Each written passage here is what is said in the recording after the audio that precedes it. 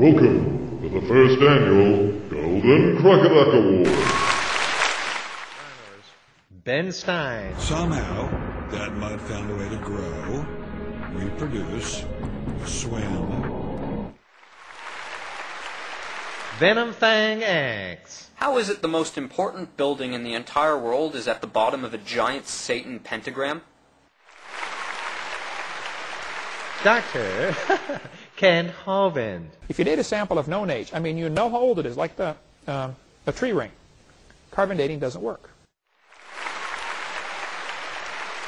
And, of course, Kirk Cameron. A Chinese farmer glued together the head of a bird and parts of a reptile and completely fooled the worldwide scientific community. And the winner is, with 575 votes, Professor Dr. Hovind.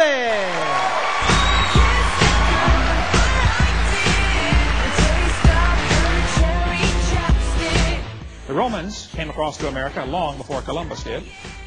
One of the Roman swords found in Arizona shows a dinosaur on it. It felt so wrong, it felt so right, don't mean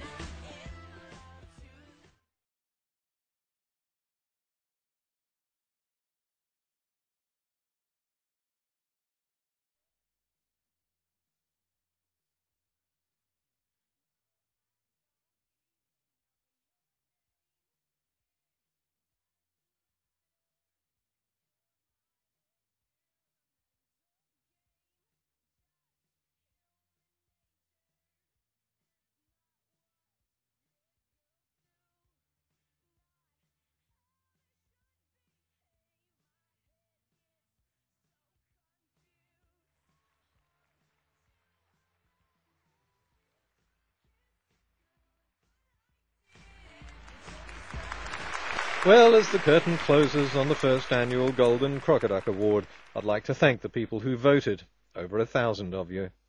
Full results will be posted at the end of this video.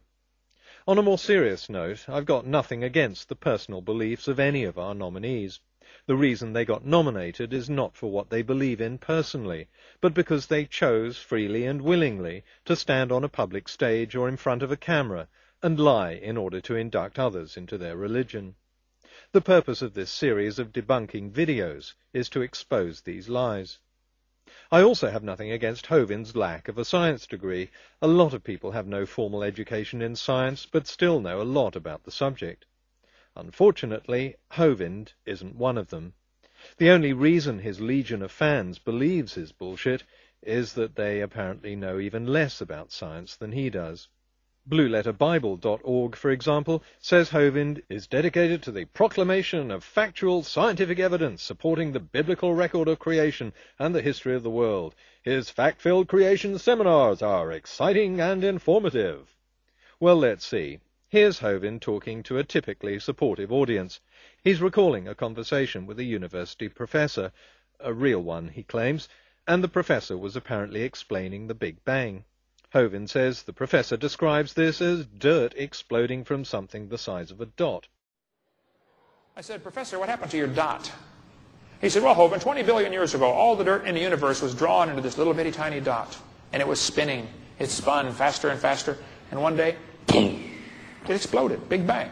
And the pieces that flew off became the galaxies and sun, moon, stars, and finally people. Here we are, nothing but stardust. Funny, because this sounds nothing like the Big Bang Theory. Why? Well, did you notice the graphic that flashed up on the screen? If you want to know why Hovind got the Big Bang Theory so hopelessly wrong, pause here and read it. I hope it's easy to see why Hovind thinks the Big Bang was a ball of spinning dirt that exploded. What he's reading is a description of the birth of a star. A gas nebula shrinks, spinning faster and faster, flattening into a disk. After millions of years, hydrogen fuses. Sound familiar? So what Hovind seems to have done is mistake the description of a star formation with the Big Bang, then make up an imaginary professor who supposedly explained this mislabeled process. He said, well, Hovind, 20 billion years ago, all the dirt in the universe was drawn into this little bitty tiny dot, and it was spinning. It spun faster and faster, and one day, boom. Having started with this misconception that the Big Bang was supposed to be a dot of spinning dirt that exploded, Hovind then uses that misconception to find a flaw in the Big Bang Theory, supposing that because everything started out spinning in one direction, then it should still be spinning in the same direction today, which of course it isn't. If Hovind had presented his refutation of the Big Bang Theory as a scientific paper, the process of peer review would have picked up his mistake in an instant. But of course Hovind never submitted himself to the scientific process before coming up with this spinning universe theory. Instead, he preferred to spout this nonsense to audiences equally ignorant of the basics of science. Not one person in the audience, watching these graphics in a slideshow, put his or her hand up to point out the mistake. If they don't even have this modicum of scientific understanding, then it's not surprising they find Hovind convincing. So congratulations, Kent. And here now is the list of votes cast. I did